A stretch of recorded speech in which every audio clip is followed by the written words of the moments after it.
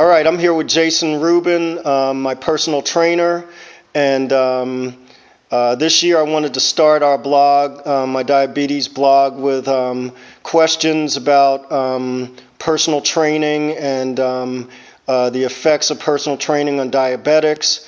So we're going to start with one question for you, Jason.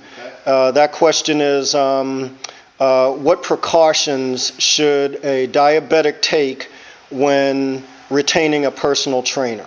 Well, obviously they need to find someone who has had experience with hopefully a diabetic client in the past, and somebody who knows how to handle some of the ins and outs as far as safety measures, but not only that, they need to know what to do in case there is an incident with a diabetic or some warning signs that may say, hey, we need to slow it down, shut it down, we need to check for blood sugar.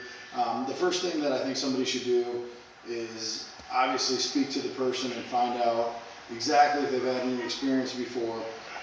Your personal trainer should ask you medical history as far as what type of diabetes you have, how long you've had it, what restrictions you've had, how long you've been exercising history-wise with this diabetes, because it's different for somebody who's just learning how to exercise with diabetes rather than somebody who's been doing it steadily for years, you know. So if somebody comes in to me and says, hey, I have diabetes, I want to check and make sure that your body knows how to respond to your exercise, and we know how to compensate by loading ahead of time possibly, making sure our insulin pumps are set correctly.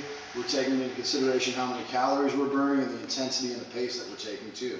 So I think you need to make sure that the person that you're dealing with as a customer going to personal trainer is open-minded with it and well-versed on some past experiences in different situations.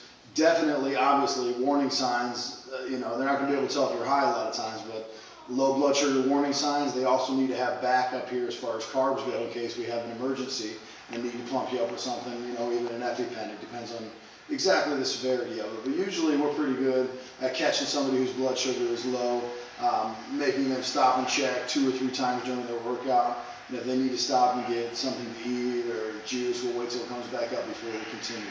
So, experience is the most important thing, I think, and if they have to and they haven't had a lot of experience based on their history, maybe they're new as a personal trainer, they need to do some research on it ahead of time. But I don't think there's any substitute for somebody who's been working with people that are diabetic in the past. Great, thank you. Mm-hmm.